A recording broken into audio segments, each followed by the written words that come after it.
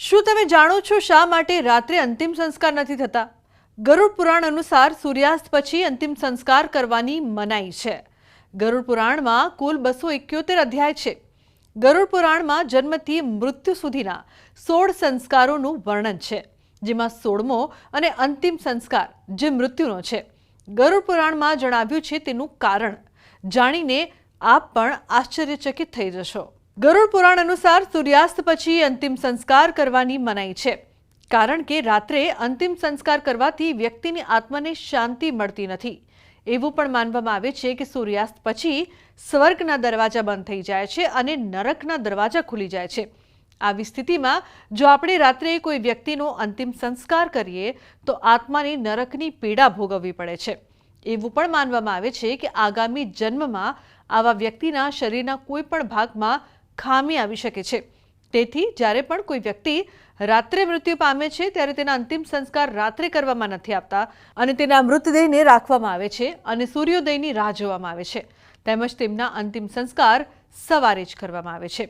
અંતિમ સંસ્કાર કોણ આપી શકે છે?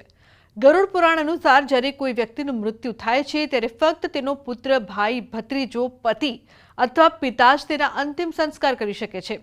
મતલબ ગરુડ પુરાણ અનુસાર કોઈ પણ સ્ત્રીને અગ્નિ પ્રગટાવવાનો અધિકાર આપવામાં આવ્યો નથી, કારણ કે સ્ત્રી એ બીજાની સંપત્તિ છે. વળી વંશ વધારવાનો અધિકાર માત્ર પુત્રને જ છે.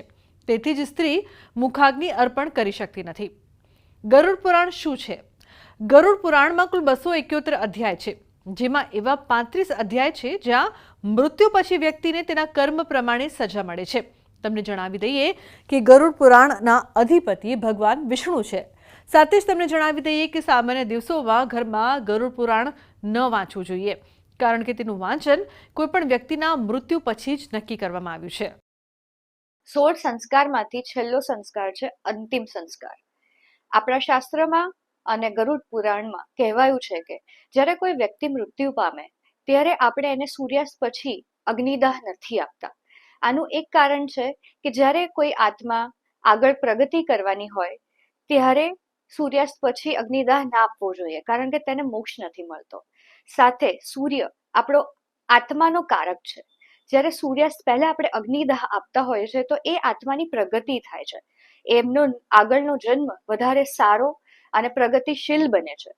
આ કારણથી આપણે સૂર્યાસ્ત પછી કોઈ પણ વ્યક્તિને અગ્નિદાહ નથી આપતા. તો આજના અમારા આ અહેવાલમાં બસ આટલું. ફરી મળીશું એક નવી અને મહત્વપૂર્ણ જાણકારીની સાથે, પરંતુ આ વિડીયોને આપ ખાસ લાઈક કરજો અને વધુમાં વધુ શેર પણ કરજો. નમસ્કાર.